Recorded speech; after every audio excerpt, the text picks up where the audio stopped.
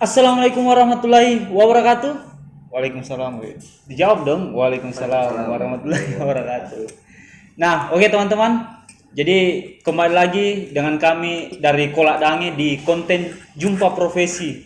Konten yang selalu memberikan edukasi untuk teman-teman melalui narasumber kita.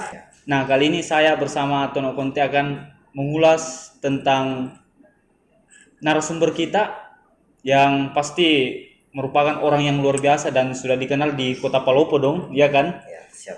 Tapi sebelum itu kami pesankan untuk teman-teman juga untuk tetap mematuhi aturan terkait penanganan COVID-19 karena meskipun di new normal ini kita harus tetap mematuhi aturan itu karena trennya juga ini corona masih belum turun begitu.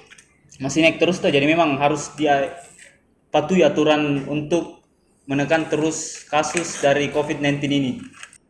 Narasumber kita kali ini adalah seorang penulis yang bernama Fikri Putra. Fikri Putra. Untuk lebih lengkapnya kita tanyakan langsung latar belakang dari Kak Fikri. Silakan Kak Fikri. Ya, Assalamualaikum warahmatullahi wabarakatuh. Perkenalkan saya Muhammad Fikram Irwan Saputra.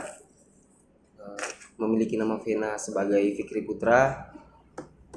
Saya dulu sekolah di Kalimantan, baik SD, SMP, SMA, tepatnya di kota Sangatta Utara.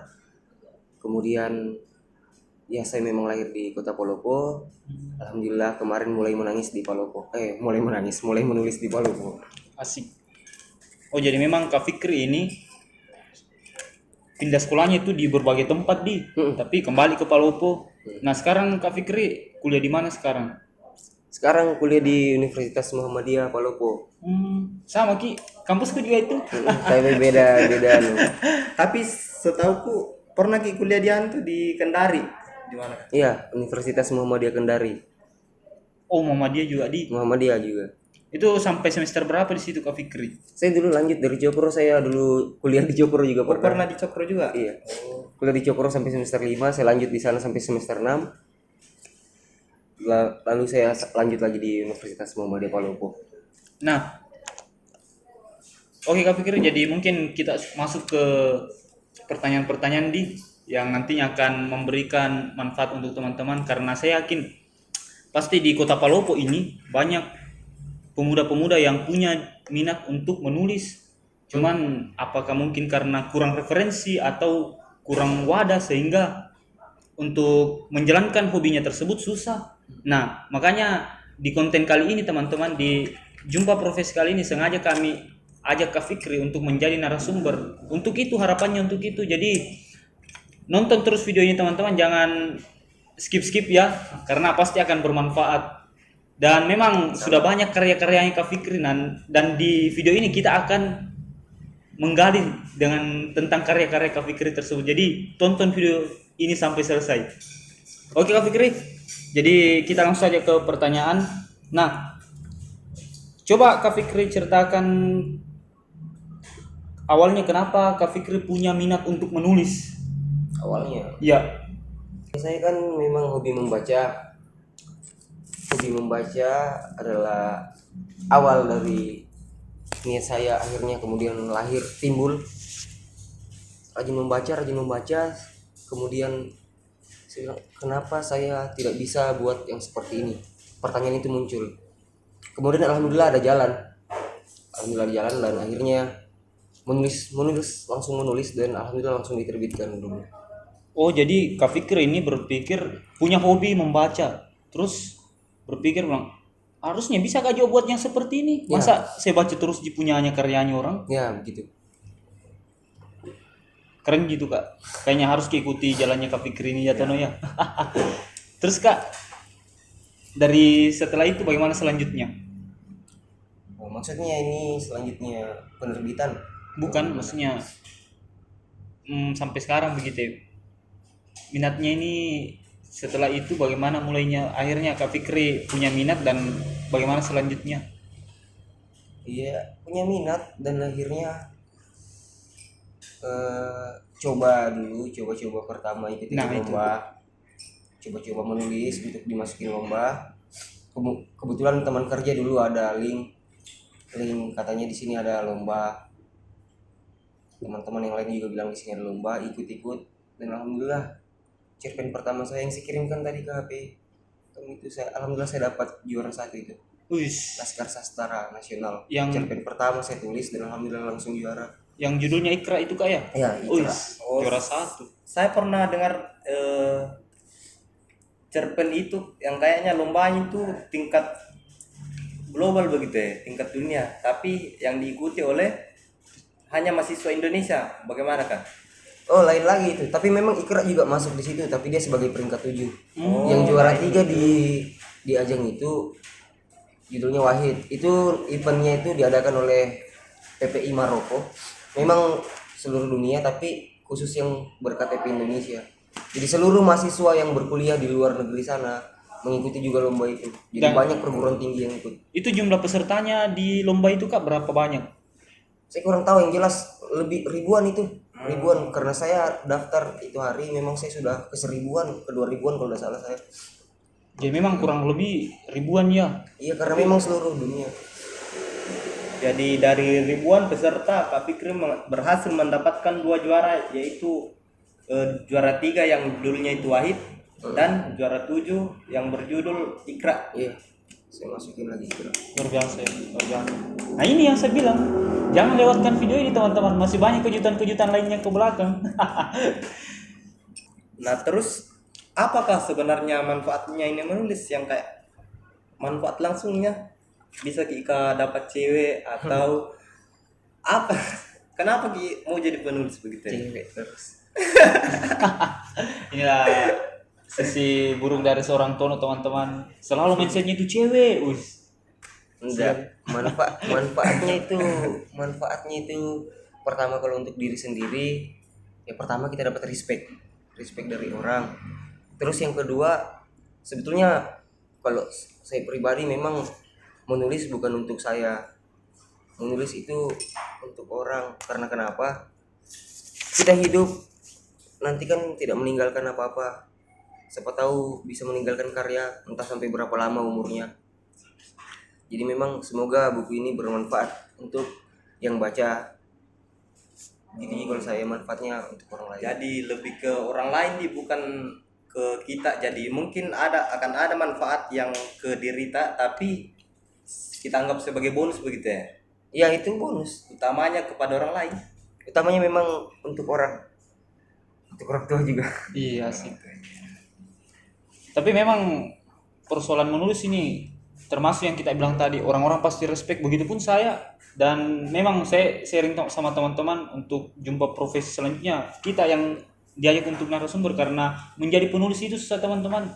Bayangkan dari sekedar teks, tetapi kita sudah bisa berimajinasi begitu. Penulis bisa membuat kita berimajinasi. Luar biasa memang. Pikir luar biasa di. Luar biasa. Nah, selanjutnya itu apa prestasi yang sudah kita dapatkan setelah bergelut di bidang ini? Misalnya buku apa semua yang sudah diterbitkan? Wis. Perhatikan ini teman-teman, karya-karya dari seorang penulis hebat, Kak Fikri. Karya pertama saya yang ini sebetulnya. Sekarang judulnya Pilihan dan Serpihan Kenangan, ini buku pertama saya. Tapi sebetulnya ini dulu terbit pertama judulnya Tentang Sebuah Pilihan. Alhamdulillah ini sudah cetakan yang ketiga. Dan sekarang judulnya Pilihan dan Serpihan Kenangan. Jadi ini novel pertama saya, kemudian novel kedua saya, kalau saya tidak salah ingat itu tahun 2018.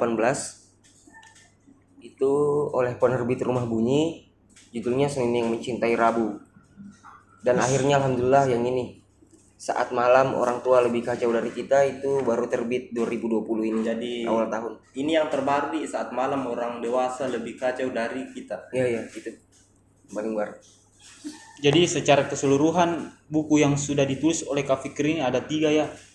Ya ada 3. 3. Dari yang pertama itu tentang sebuah pilihan, yang kedua Senin yang Mencintai Rabu, dan yang terbaru ini adalah Saat Malam Orang Dewasa Lebih Kacau Dari Kita. Ini dari judulnya ini sudah menarik begitu, sudah kayak keren sekali, perlu dibaca. Iya, harus dibaca. Dan ini harganya cuma berapa harganya nih Kak? 50. Oh, iya. Harganya cuma 50.000. jangan datarkan teman-teman, tapi lihat manfaat dari isi bukunya. Apalagi teman-teman yang punya minat menulis, dan saya yakin pasti sangat banyak di antara teman-teman yang punya minat menulis. Banyak di Palopo ini banyak. Nah, selanjutnya itu apa kendala yang kita hadapi waktu pertama kali mau menulis begitu? Karena mungkin banyak dari teman-teman yang mau menulis, apalagi setelah nonton video ini pasti akan ada niatnya, mau Kak juga menulis. Tapi pasti akan dapat kendala begitu. Dan apa kendalanya biasa yang kita hadapi? Kalau mengenai kendala bagi teman-teman yang ingin menulis, kendalanya pasti cuma satu. Kurangnya wadah yang mereka ketahui untuk menerbitkan karyanya itu. Kendala kedua ya mager, malas. Kendala ketiga ya mungkin ide-ide yang stagnan atau yang tidak bisa dikembangkan karena mungkin berbagai macam masalah yang dihadapi, sehingga dia tidak bisa memikirkan atau fokus pada idenya itu yang dia mau bikinkan buku. Itu kan ada 3 kendala. Iya. Disebutkan. Cuman masalah wadah, memang kalau di Palopo ini yang saya tahu baru 1 penerbit. Penerbit. Itu pun indie. Apa itu, Kak? Maksudnya indie itu ya kita yang memodali untuk menerbitkan buku tersebut. Oh, begitu ya. Ya. Terus sebetulnya kalau untuk masalah wadah banyak, cuman memang mereka kurang tahu informasinya. Padahal sekarang itu kalau mau menerbitkan buku sudah bisa follow saja Instagramnya para penerbit. Follow saja. Oke. Di situ nanti akan ada kalau nggak di sorotannya atau di bio profilnya pasti ada tuntunan bagaimana cara mengirim naskah ke penerbit itu. Mengenai diterima atau tidaknya itu kan urusan belakang. Setidaknya kita sudah mengirim Mencoba. dulu. Mencoba dulu. Nah, kalau ada di Palopo ya saya bilang tadi baru 1. Pemerintah juga agak abai lah. Bukan lepas tangan. Tapi belum memperhatikan ke situ. Belum bagaimana. maksimal ya. Belum maksimal di bidang literasi. Nah, persoalan yang poin ketiga itu tadi, Kak, soal ide teman-teman yang mungkin statis sehingga atau stagnan begitu, maksudnya susah berkembang. Untuk mengatasi itu, Kak, ada tips-tips untuk teman-teman mungkin? Kalau mengatasi ide itu, Artinya memperbanyak referensi begitu. ya betul nih itu, memperbanyak dulu referensi misalnya data, misalnya mau menulis sesuatu. Oke. Misalnya bikin novel berlatar belakangkan sejarah, misalnya latar belakang ceritanya misalnya sejarah. Pertama ya harus gali dulu data-data tentang sejarah itu. Tapi memang kalau fiksi itu tidak perlu tidak perlu terlalu sesuai kalau fiksi. Cuman memang untuk mempertahankan ide adalah moodnya harus diseimbangkan, emosionalnya juga harus bagus terus. Kalau saya pribadi biasanya kalau lagi menulis satu buku, supaya tidak terganggu idenya itu tidak stagnan, saya tidak membaca buku lain. Ya. Saya tidak membaca buku apapun. Oke. Saya cuma menulis saja. Oke. Jadi sebelum saya menulis, saya membaca memang buku banyak-banyak baru saya menulis. Tapi ketika saya menulis, saya tidak membaca apapun supaya tidak terkontaminasi dengan ide-ide lain dari luar gitu. Jadi ini istilahnya semacam ritualnya ya. Ritual. Kayak ritual begitu. Sami biasa kalau kita stand up Tono di. Bagaimana ritualmu kau Tono? Bagaimana ritual? Sebelum stand up biasa. Kalau stand up dipukul belakang. Oh, dipukul belakangnya. Kalau saya dipukul, saya kira dipukul kepala. Jangan, bahaya tadi. Ya kayak Tapi betulan itu dipukul dulu. Ya sebelum Supaya- naik panggung kita supaya semuanya. Ya sebelum naik Iya, panggung, memang. dikasih kaget dulu. maksudnya kadang ketika sebelum naik panggung tuh masih ragu begitu. Nah, begitu ada Ya pukulan begitu kayak langsung iya. walaupun pas turun panggung merah di belakang. Macam-macam juga sih.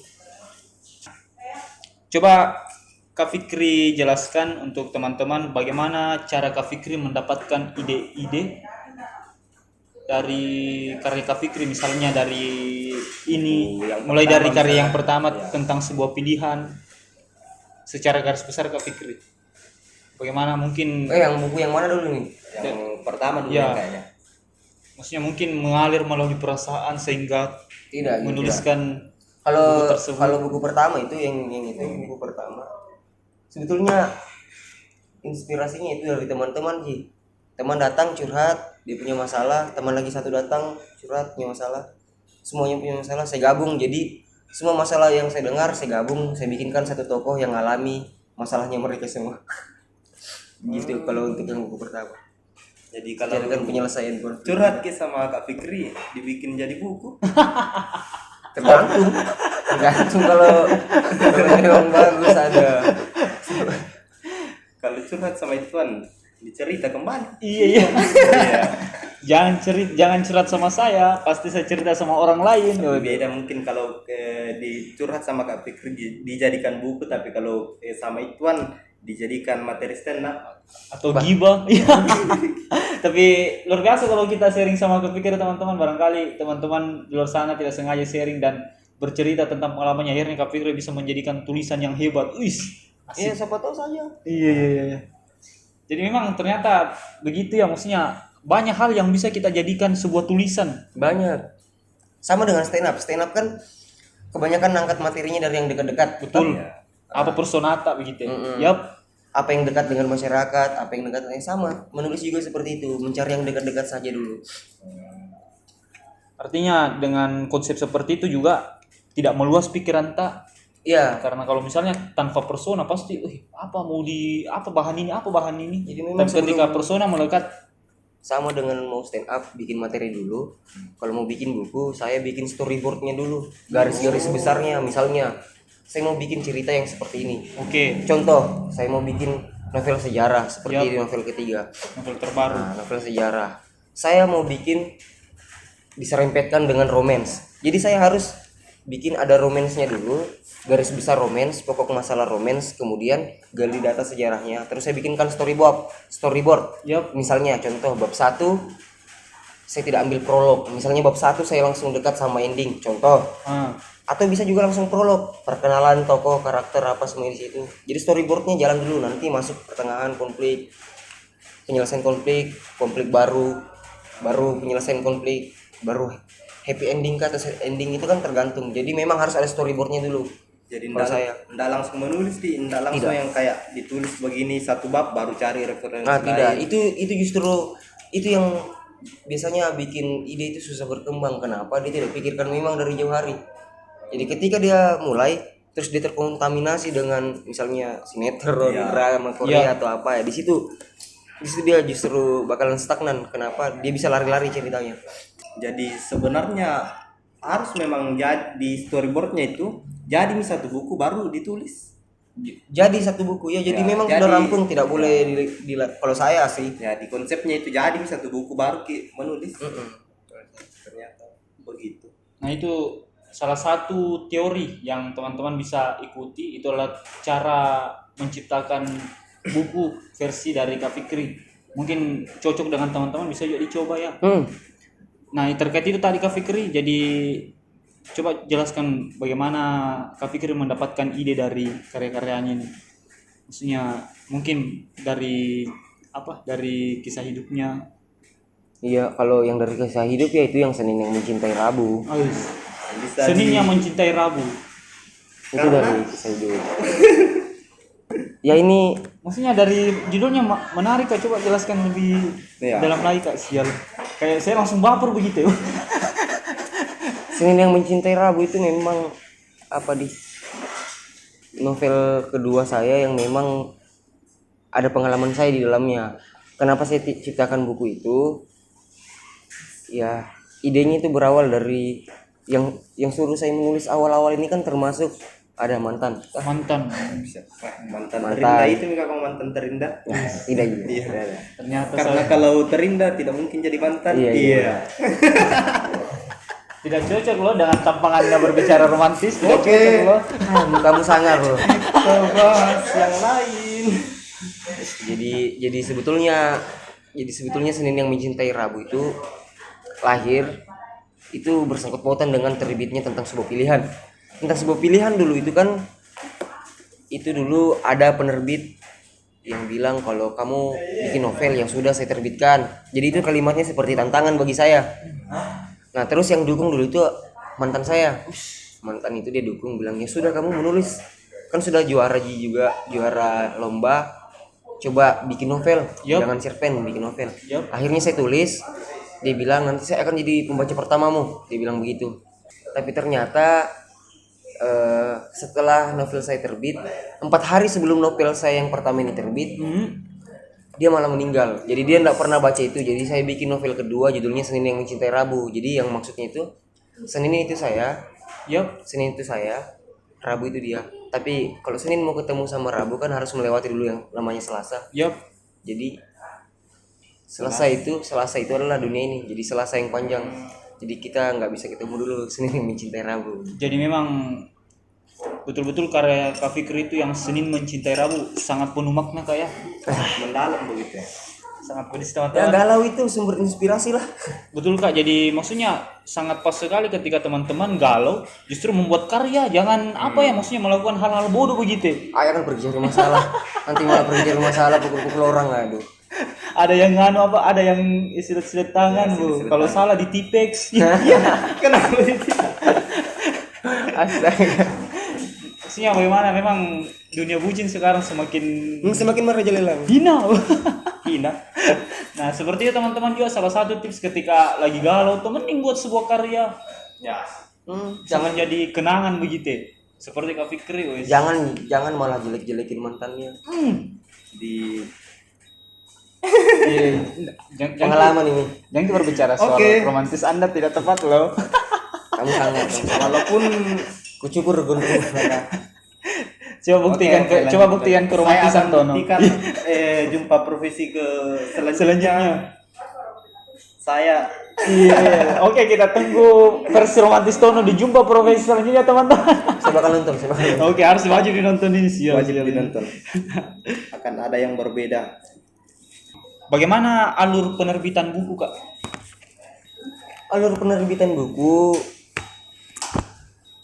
kalau saya pribadi yang saya alami alur penerbitannya itu ya kayak hanya beruntung kalau saya, maksudnya kebetulan penerbit gampang saya temukan hari itu, memang dia yang tahu saya. Nah, kalau bagi teman-teman yang ingin menerbitkan buku ya sudah seperti saya bilang tadi, bisa follow IG-nya saja penerbit, bisa follow IG-nya, terus lihat tuntunan bagaimana mengirim naskah. Lihat di situ akan tersedia aturannya, misalnya marginnya sekian, minimal berapa lembar. Nah, nanti sudah ada di situ. Bisa dikirim via email atau langsung ke alamat penerbit tersebut bisa. Yang jelas banyak cara untuk menerbitkan buku sendiri. Terserah Anda mau lihat indie atau mau lihat penerbit major. Terserah. Penerbit major kan seperti Gramedia. Oh, seperti itu yang disebut major, Kak ya. Yang besar di Kalau penerbit indie itu kan yang memang butuh biaya kita sendiri untuk menerbitkan buku itu. Seperti yang kita bilang tadi bahwa kita sendiri yang modali dulu. yang sudah ada satu di Palopo. Nah, Sebetulnya ini juga saya juga bingung, penerbit saya ini indie atau major, tapi kadang dia memang menerima jasa untuk penerbitan indie.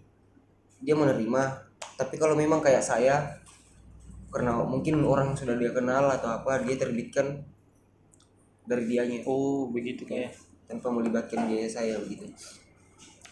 Pembagian hasilnya nanti kan tinggal buku atur.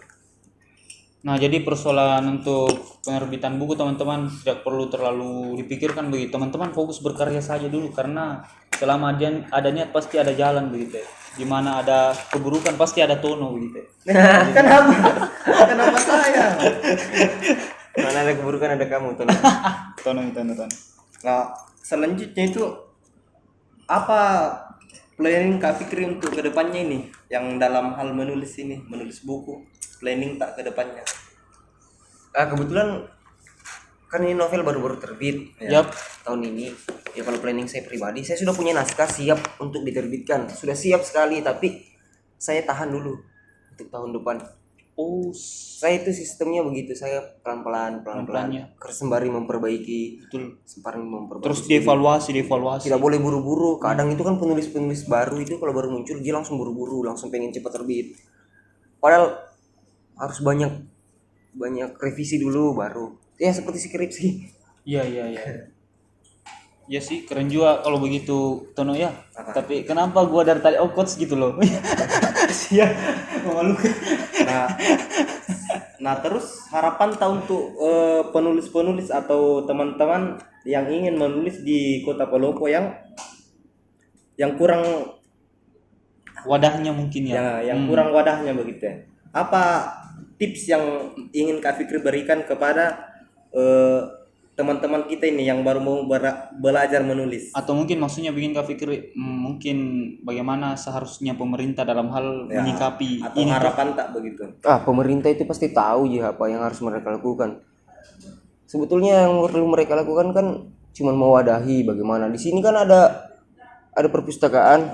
Betul. Perpustakaan seharusnya mereka bikin kegiatan mungkin dalam 1 tahun mungkin 3 kali untuk literasi. Perlombaan mungkin perlombaan menulis cerpen atau puisi.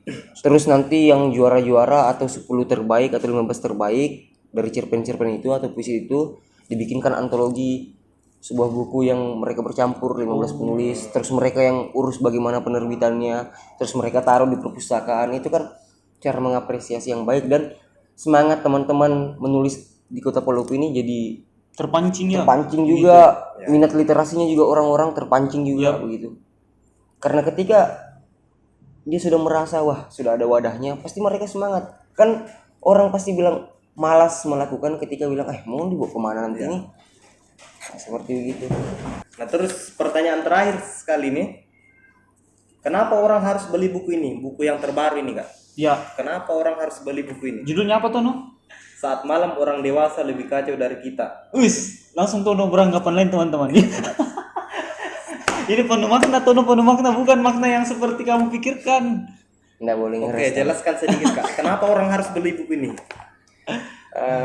Supaya saya bisa beli Indomie goreng lah. Itu maksudnya apa di kontribusi teman-teman untuk Kak Fikri karena ya bagaimana ya banyak-banyak makan Kak supaya gemuk kayak Tono. Tapi insya Allah saya berani jamin kalau baca novel saya insya Allah akan terhibur. Insya Allah. Jadi alasan kenapa kalian harus membeli ini bukan masalah apresiasi. Saya kalau apresiasi itu kan tergantung pribadi orang masing-masing. Kita bukan orang-orang yang gila hormat tapi memang tulisan saya kenapa saya berani terbitkan itu berarti saya sudah punya keyakinan bahwa ini layak untuk kalian baca dan insya Allah bermanfaat dan insya Allah terhibur karena memang alurnya saya tidak main-main bikinnya. Dan terkhusus oleh masyarakat Luwu, di situ kan ada sejarah panjang tentang Luwu, maksudnya sejarah tentang Luwu ya. Bukan sejarah tentang Luwu, sejarah tentang kejadian tahun 46 dulu waktu tentara Nika kembali menjajah, kembali mau merebut daerah kekuasaan kita. Tepatnya kan dia datang di kota ini, Kota Palopo. Jadi saya masukkan dalam buku ini, dalam latar belakangnya juga sejarah karena supaya anak-anak muda di Palopo ini ingat kembali bahwa Palopo pernah alami yang seperti ini. Kan aneh kalau kita orang Palopo baru kita tidak tahu bagaimana sejarahnya, bagaimana dulu perjuangan orang dulu. Jadi kita harus menyampaikan. Ya ini cara saya menyampaikan saja sebetulnya. Jadi ada maksud tersendiri di belakangnya di balik sebuah buku ini. Kak Fikri ingin mengajak anak muda Palopo untuk mengingat flashback atau mengingat sejarah kotanya sendiri begitu. Mencari tahu mencari tahu. Minimal kita tahu dari buku ini.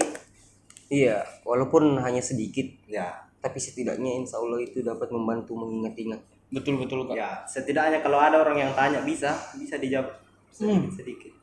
Karena sayang juga kalau misalnya kita bercerita mungkin di luar dan sama sekali tidak ada hal yang kita tahu tentang daerah kita tuh. Siap. Perlu teman-teman, sangat perlu. Nah, beli. Supaya saya bisa makan Indomie. Untuk ininya Kak Fikri, untuk mendapatkan buku ini bila teman-teman minat dengan buku ini bagaimana cara untuk mendapatkannya? Ketik Rekspasi Fikri Putra. masih berlaku ternyata yang begitu. Oh tidak. Kayaknya Kak Fikri alumni ini Mikrofon Purna Sultan.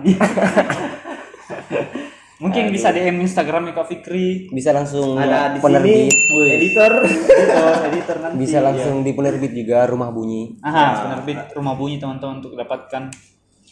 Nah terus kalau misalnya ini Kak Fikri selain di situ masih ada tempat lain mungkin apa untuk dapatkan bukunya Kak Fikri yang dipajang-pajang begitu? Ada di gerobak satu atap situ yang di gedung kesenian. Di gedung kesenian dan gerobak di gerobak satu atap ya Tono ya. Siapa lagi yang punya itu? Om Amran. Om Amran ya, kedai kopinya Om Amran. Ya, jadi datang ke gedung kesenian saja cari gerobak satu atap. Yap. Tapi banyak Jangan. tapi di sana. Melucu Anda. Nah, oke teman-teman, jadi dari jumpa profesi kita kali ini ya pasti banyak sekali pesan dan kesan yang bisa teman-teman dapatkan, dan pasti sangat menambah referensi untuk teman-teman, terus teman-teman yang selama ini kebingungan untuk mencari referensi tentang bagaimana menjadi atau memulai untuk menjadi seorang penulis. Nah, dari jawaban-jawaban Kak Fikri tadi yang kami dapatkan itu, dan teman-teman juga perlu catat bahwa memang sangat banyak cara untuk memulai, tetapi yang paling utama itu adalah niat. Jadi ketika ada niat pasti kedepannya akan Insya Allah terbuka, ada dibukakan jalan ya. Betul Kak. Seperti Kak Fikri tadi, bahwa Kak Fikri menulis prioritasnya adalah untuk memberikan manfaat kepada orang lain. Iya. Itu yang paling utama dari Kak Fikri, dan perbanyak sharing dengan teman-teman, tentu akan mendapatkan sudut pandang Yang lebih banyak. ya lebih banyak Kak ya, sehingga bisa dijadikan sesuatu yang berharga. Itu ketika teman-teman mungkin yang banyak galau, sebaiknya tuangkan ke dalam tulisan. Ya bikin puisi lah, Ya. atau minimal bagus bikin lagu kah. Masalahnya itu yang tadi, maksudnya banyak sekarang pemuda-pemuda yang salah arah tuh ketika dalam kondisi itu, sial, memalukan. Lagi mabuk kecelakaan. Nah, saya rasa itu teman-teman kesimpulan dari kita di Jumpa Profesi kali ini. Terima kasih atas perhatian teman-teman sampai di akhir video ini. Jangan lupa subscribe, dan bila video ini bermanfaat untuk teman-teman dan mungkin bisa dinonton oleh rekan-rekannya yang lain, silakan di-share. Share dan like. Yuk, sekian dari kami. Terima kasih atas perhatian teman-teman. Wassalamualaikum warahmatullahi wabarakatuh. Waalaikumsalam.